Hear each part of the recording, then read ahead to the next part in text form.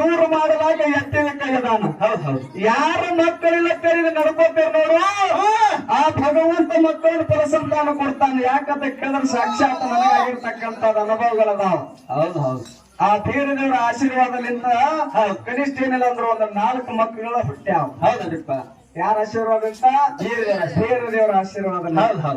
ಲಕ್ಕಮ್ಮ ದೇವ ಕಷ್ಟ ಬಂದಲ್ಲಿ ಕಡಿಗೆ ಮಾಡಿಗಿಂತಾಗ ಪಂಡಿತ ಬೇರೆ ದೇವರು ಮಾಡ್ತಾನ. ತುಂಬಿಟ್ಟು ನಡುವಿಸ್ತಾನೆ. ಅದನ್ನ ಕಷ್ಟ ಬಂದಲ್ಲಿ ಕಡಿಗೆ ಮಾಡಿ